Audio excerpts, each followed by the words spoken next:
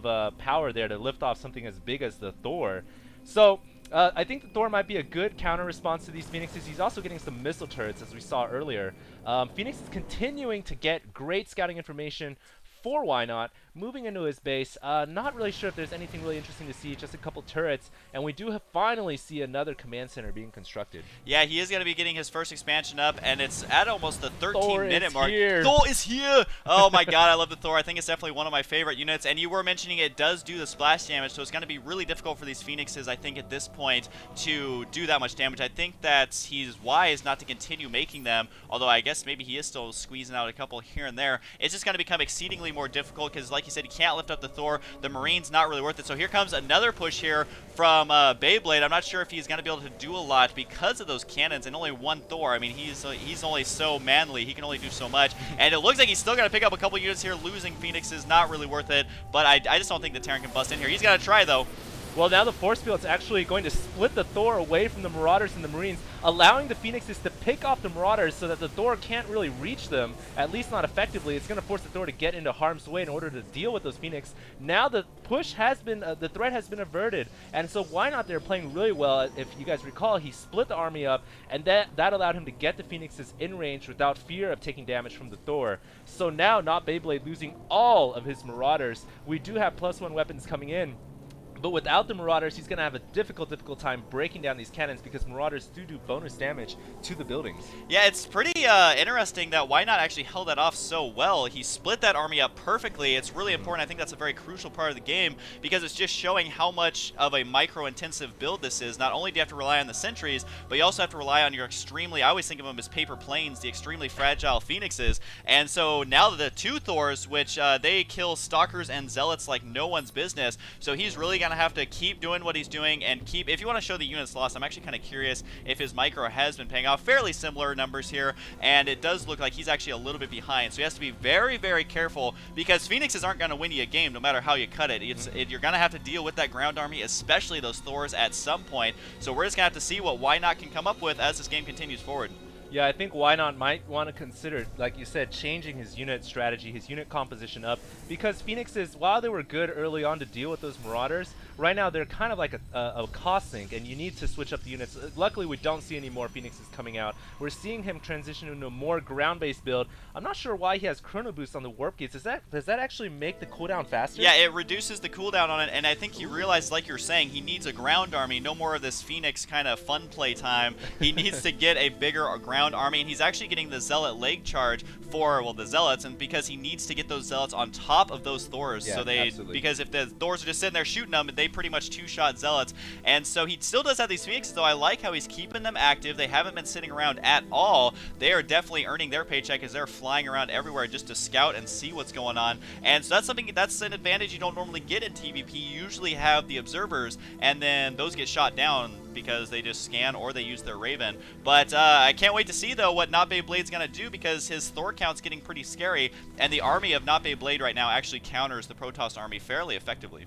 Yeah, but I think, like you said, once that Zealot speed like kicks in, which it has right now, the main weakness for Thors is when units surround it and encompass it. So if a bunch of Zealots charge into the Thor, that Thor is probably going to go down. So that's one thing we might want to keep in mind right now. Some big action going down at the natural expansion. Not that big, actually. Thor's coming in to propel this away, and I think the Phoenixes might have gotten a couple of kills there. Not sure if it was really worth it, but at the same time, Phoenixes at this point, you can afford to throw them away for a couple of SCVs because when the battle actually happens, when it comes down to go time, those Phoenixes are pretty much going to be worthless. Pretty much exactly is correct there because, like you said, in a big battle, they're just going to be picking up Marauders, and it's only going to be 2 or 3 at the most. Not really worth your APM at that point. But, I mean... Ooh. Oh, he is actually getting hallucination there for his sentries there. That's something you actually don't see very often. We should, yeah, get off the units lost tab there. We've been on there for quite a while, making our job more difficult than we need to. But yeah, maybe he'll hallucinate, I don't know, maybe some, Colossus? Yeah, some Colossus or anything really at this point. Gotta make his army more intimidating. I think there's actually a Dark Templar hidden in there. I don't usually have health bars on, but there is a Dark Templar actually in that group. And that can be very frustrating as a Terran player because either you have to waste your scans or you have to make the Ravens, which Ravens are... they cost a lot of minerals and gas straight up, and so it does look though like he's either setting himself up to take another expansion, which he does have the minerals for, or do an attack here. I don't know if he should attack. I think he should wait till the Terran moves out. Yeah, and one thing I want to say is we do have a nuclear missile being produced at the Ghost Lab right now, and there was a Ghost already produced. I think the Ghost is somewhere around here. Yeah, the Ghost is just chilling at the Natural. He is going to have a nuke ready to launch in about 30 seconds, I gotta say. So we'll see if that nuke comes into play. Even if it doesn't work, at least the Ghost can EMP Shockwave, which is pretty big, especially if he gets it on these sentries. Now we have hallucination being used, and a bunch of Zealots being hallucinated. I would have thought we would have seen something more menacing than a bunch of Zealots, but the Zealots, the hallucinated ones, going in there first, taking the brunt of the fire. Now the Protoss army coming in, and I think the Zealots are going to charge their way in. We do see EMP Shockwave being used on the sentries. Zealots getting all in the mix right now. I don't know if the Ghost has done anything besides EMP Shockwave, and the Ghost, I believe, is still alive. Yes, there's two Ghosts still alive, and the Terran player able to hold that off. Now, Ynot in a lot of trouble. Yeah, Ynot is definitely in a lot of trouble here. Now, the hallucination for, if you do on the Zealots, it actually gives you more than just one because it is a smaller unit. Oh. And so they really work well as cannon fodder. You just run them in there, and then they take the first two shots from the siege tank, which are really the important ones. And so right now, though, Ynot in a lot of trouble. The scan going down, showing his opponent exactly what's up. I really think that he should actually be moving in there right now, especially since there is a second expansion almost completed there on the right side. And so where he's going to slowly set up his siege line here, try and push that back, securing his own high yield right now. So this is looking pretty good for the Terran player if he keeps pushing in here like this and reinforcing it, which there are reinforcements on the way.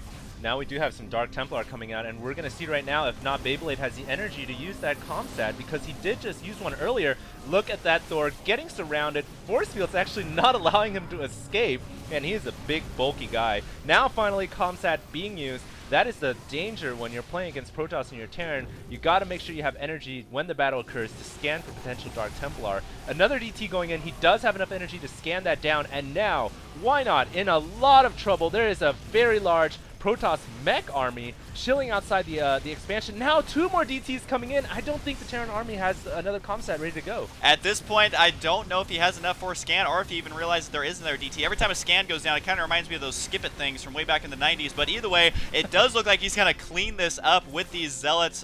Few remaining units he has because there isn't enough scan there. And HD, I got to make fun of you because you said a Protoss mech army, which would be pretty sweet, but it was Terran. My mistake, my mistake. Looks like we have Ynot starting to saturate that third expansion. I think we saw a command center go up here earlier. Yeah, he actually canceled that apparently. I'm not sure. Maybe a Dark Templar was there and attacking it, because we did see a Dark Templar come from the flank. So perhaps the DT denied that expansion going down. We're not too sure exactly what happened there. Meanwhile, NotBeyBlade switching over to a very heavy siege tank build. Haven't really seen this being used that often in Protoss versus Terran. The nuclear missile is still ready.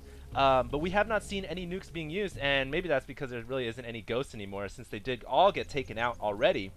And it almost seems like the game's kind of reset after that battle, and both players now forced to basically rebuild their armies until the next big battle. Apparently 2 Marauders and 1 Marine are trying to take on this entire Protoss army. Probably a little missed rally point there. But yeah, I was really surprised to see in that last big battle there was no nuclear launch. I mean, even at the ramp, even if you're not going to hit anything, you can force the Protoss back, snipe that expansion, and even run down to a second expansion and probably snipe that. So hopefully we will get to see that nuke though, but the armies for the Terran definitely whittled down, as well as for the Protoss though, so they are definitely being hurt in this game. The Nexus just now going up, but really now from here on out the Protoss is going to have an economic advantage, so really going to be up to the Terran player to either take that high yield or make something happen with the army that he does have.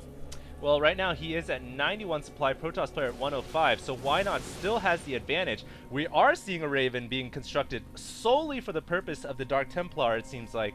And like you said, that was a pretty huge cost investment, a lot of gas that could have been used for another siege tank. Finally now another big battle going underway. The force field separating the mech from the infantry yet again. I'd like to see NotBeyBlade actually use the dropships to maybe hop over. Perhaps he's just going to wait because it's not that long. We are seeing the Ghost come in. Now, like you said, we'd like to see the Ghost maybe try to nuke the expansion, or perhaps nuke to keep the Protoss player back. No, he's going to go for the third expo of the Protoss player. Is he going to split his forces? Why not, bring a Ghost over and try to nuke this while the battle goes on? It looks like he's going to take down this expansion, though.